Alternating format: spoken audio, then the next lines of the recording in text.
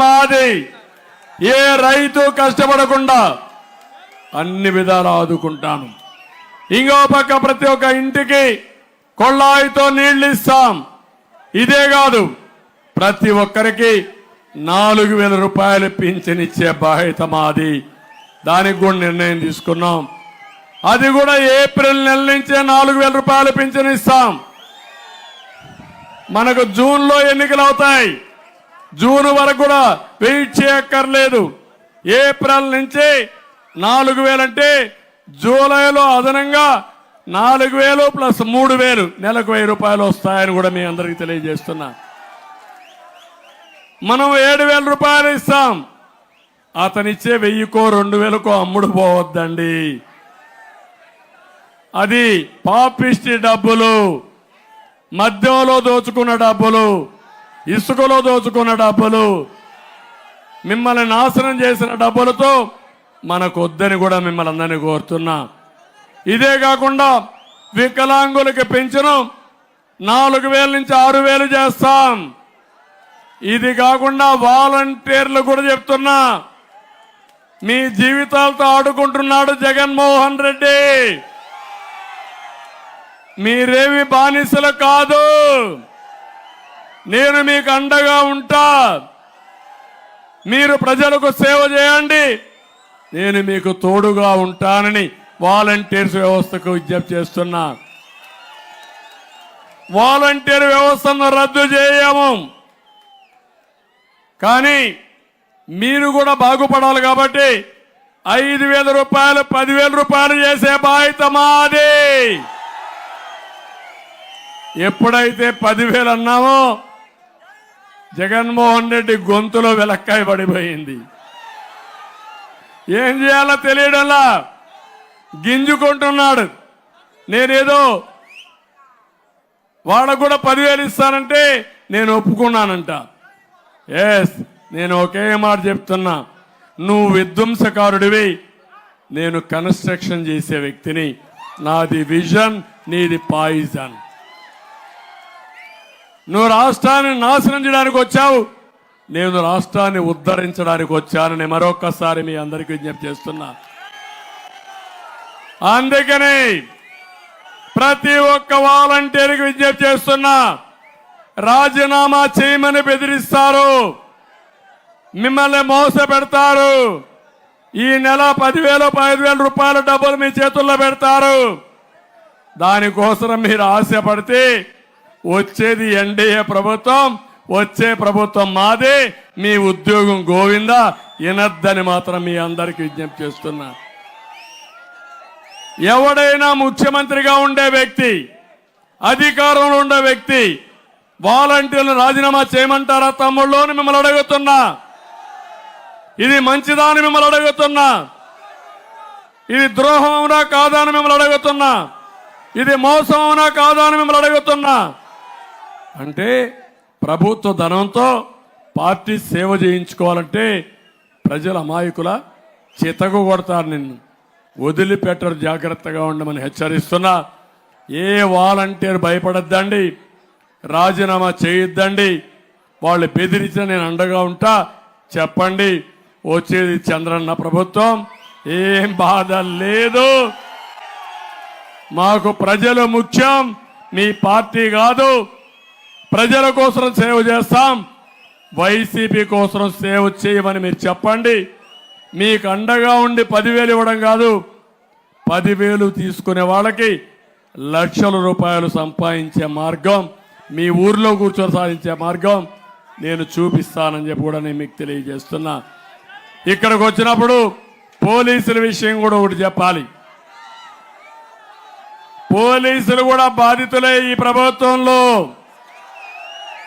వాళ్ళకు కూడా జీతాలు సరిగా రావడం లేదు, పిఆర్సీ లేదు, ప్రావిడెంట్ ఫండ్ లేదు, డిఏలు లేవు, టీఏలు లేవు, చాలని జీతం. ఇంకో పక్క వాళ్ళకి ఇవ్వాల్సిన బకాయిలు కూడా ఇవ్వకుండా నిన్నే విశాఖపట్నంలో ఒక కానిస్టేబుల్ ఆర్థిక ఇబ్బందులతో రివాల్వర్తో కాల్చి చనిపోయాడంటే ఎంత బాధ తమ్ముళ్ళు, మీకు బాధ అనిపించదా అని అడుగుతున్నా. ఇది ప్రభుత్వ హత్య అవునా కాదా అని మిమ్మల్ని అడుగుతున్నా. ఈ రోజే చీరాల్లో ట్రాక్టర్లో డెడ్ బాడీ వచ్చింది. ఇసుక ట్రాక్టర్లో డెడ్ బాడీ శవం వచ్చింది. అంటే మనుషులను చంపడం ఎంత ఈజీ అయిపోయిందో మీరే ఒకసారి గుర్తుపెట్టుకోండి. ఒకప్పుడు ఒకరెవరన్నా చంపేస్తే పెద్ద కమోషన్ ఉండేది. ఇప్పుడు చంపి ఇంటికి పంపించిన ట్రాక్టర్లో పంపించిన మనం అందరం స్పందించదంటే నీ ప్రాణానికి విలువ ఉందా తమ్ముళ్ళు అని అడుగుతున్నా. గ్యారంటీ ఉందా అని మిమ్మల్ని అడుగుతున్నా. ఈ ఉన్మాదుల పాలనలో మనకు రక్షణ ఉందా అని మిమ్మల్ని అడుగుతున్నా. ఇప్పుడు కొత్తగా ఒక చట్టం తీసుకొచ్చారు. ఆ చట్టం మీ ల్యాండ్స్ అన్ని ఆయన పేరుతో రాసుకుంటాడంట కంప్యూటర్లో. మళ్ళా మీకు ఒకవేళ కానీ మీకు తెలియకపోయింది, మీరు కానీ 90 రోజుల్లో గుర్తుపట్టలేకపోతే రికార్డు మార్చేసుంటే ఇంకా మీ మెడ మీద కత్తే, ఆ భూమి మీకు లేదు. ఎవడు పేరు మార్చుకుంటే వాడిదే భూమి అంట.